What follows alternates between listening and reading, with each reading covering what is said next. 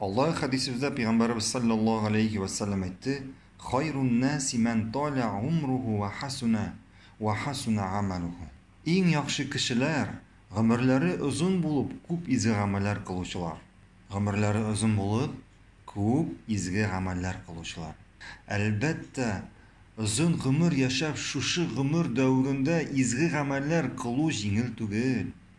G'ibadetde daiman g'ibadetde bulu jingil tugil.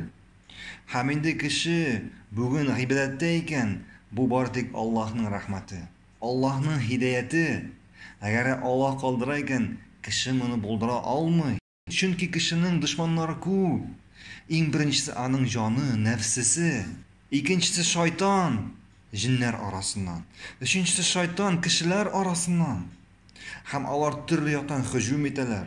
Oldan, arttan, ondan, soldan. Әлі şu vaqtda işten, nefis karşı çıkar. Elbette kişi bana karşı tura almay. Eğer Allah kaldırayken hidayetinden, ol hatta özünün canına karşı tura almay, özünün nefsine karşı tura almay. Şuna göre Peygamberimiz sallallahu aleyhi ve sellem ayta turgan bolgan: "Ya hayyu ya qayyum, bi rahmatike estaiz. Aslih li sha'ni kullahu ve la takilni ila nefsi tarfata ayn." Ya Rabbim, hatta meni ko'z ochib yumgan mezgilga de canım bilan meni bir o'zimni qoldirma. Sening yordamingdan boshqa yonim bilan meni o'zimni qoldirma. Ham shulay ikinci bir hadisda Ayşe radhiyallohu anhadan so'ragach, Peygamberimiz sallallahu aleyhi ve sellem sening uyda bo'lganda eng ko'p nindi duo qilaydi deb so'ragachdim.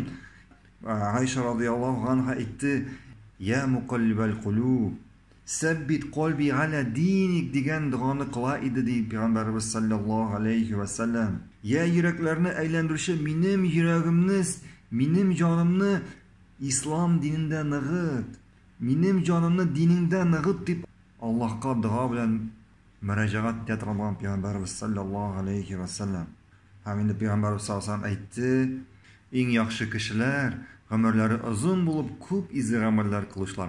Elbette kişi bunu buldura almayacak. Eğer Allah ana hidayet birmese, hamindi kişi bunu bir mezgilde, belekeygine mezgilde de ol indi elbette turu yolda hidayette bula almayacak. Eğer Allah onu kaldırsa, Allah hidayetin birmese, Allah yerden көрсетмесе.